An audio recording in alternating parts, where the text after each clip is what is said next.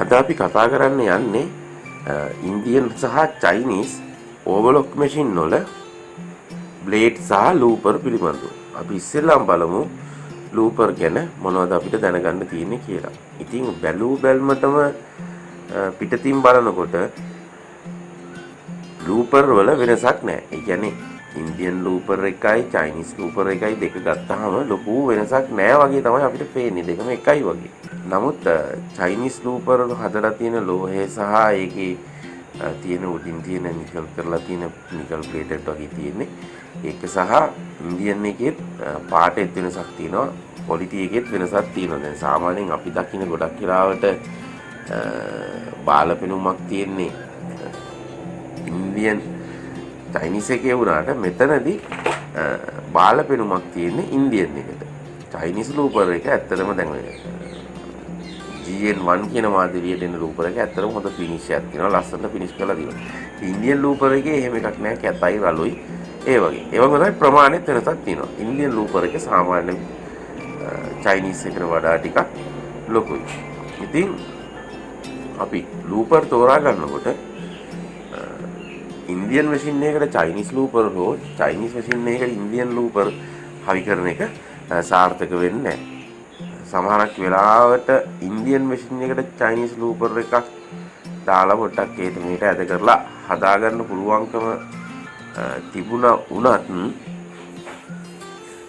Chinese machine එකට Indian ලූපර් දැම්මට පස්සේ කොහොමදවත් හදාගන්න බැරුව යනවා. මොකද ලූපර් ගොඩක් ලොකු නිසා හරියට ස්ටිචස් හදාගන්න බෑ. ඒ වගේ තමයි බ්ලේඩ්. දැන් ඔබට පේන ඇති මෙතන කොටට තියෙන්නේ චයිනීස් මැෂින් එකේ බ්ලේඩ්. ලොකුවට තියෙන්නේ ඉන්දියන් මැෂින් එකේ බ්ලේඩ්. ඒ වගේම මේ දෙක දැන් හයි කරන්න ගියාම බ්ලේඩ් එකේ හැඩේ වෙනසක් තියෙනවා. එතකොට අපි ඉන්දියන් එකට චයිනීස් එක දාන කියනනම් එච්චරම ගැටලුවක් වෙන්නේ නැහැ. උසමදි වුණොත් ඇරෙන්න.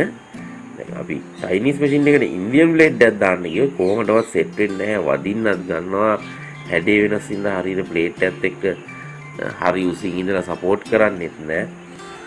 තමන්ගේ මැෂින් එකේ જાතිය කියලා ඉල්ලගන්න මට තියෙන්නේ ඉන්දියන් මැෂින් එකක්. එහෙම නැත්නම් මට තියෙන චයිනීස් මැෂින් එකක් කියලා ඒකට ගැලපෙන එක ඉල්ලගන්න.